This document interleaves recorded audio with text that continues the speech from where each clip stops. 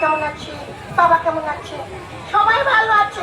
দিদি জামাই বাবুকে দেখছি না কেন? দাঁড়া আমি ডাকছি। কি হলো? আমার হাগা পেয়েছে নাকি? আরে না, এদিকে এসো, দেখো আমার ভাই পচা এসেছে। পচা? এ পচা, পচা কেমন আছিস ভাই?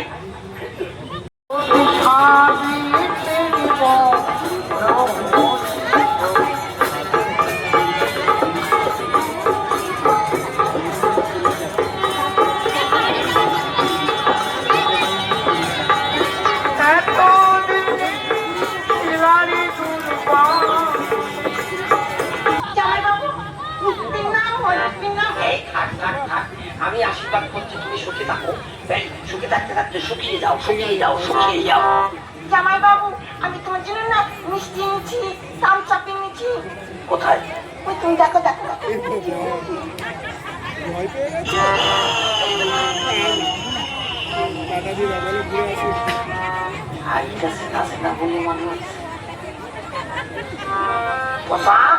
জামাই বাবু, তুমি মিষ্টি কোন দোকান থেকে এনেছো না?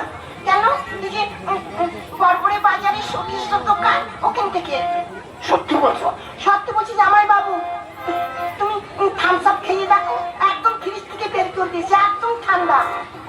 কিন্তু হাড়িটা যে চেনা চেনা লাগে, যদি আমার মাল হয়ে যায় তাহলে যে কেলেঙ্কারি হয়ে যাবে।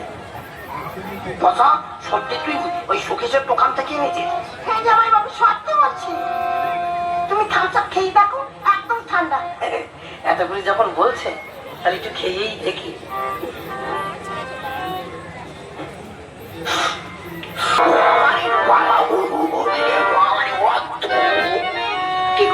ওরে বাবা রে, কি নোনতা নোনতা স্যান্টা স্যান্টা।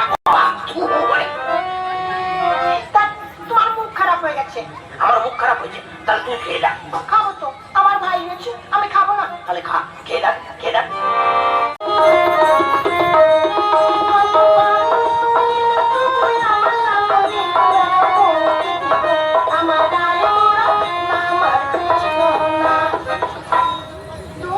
কতদিন পরে দিদি জামাই বাবুর বাড়িতে যাচ্ছে, সব মিষ্টির দোকানগুলো বন্ধ হয়ে গেছে।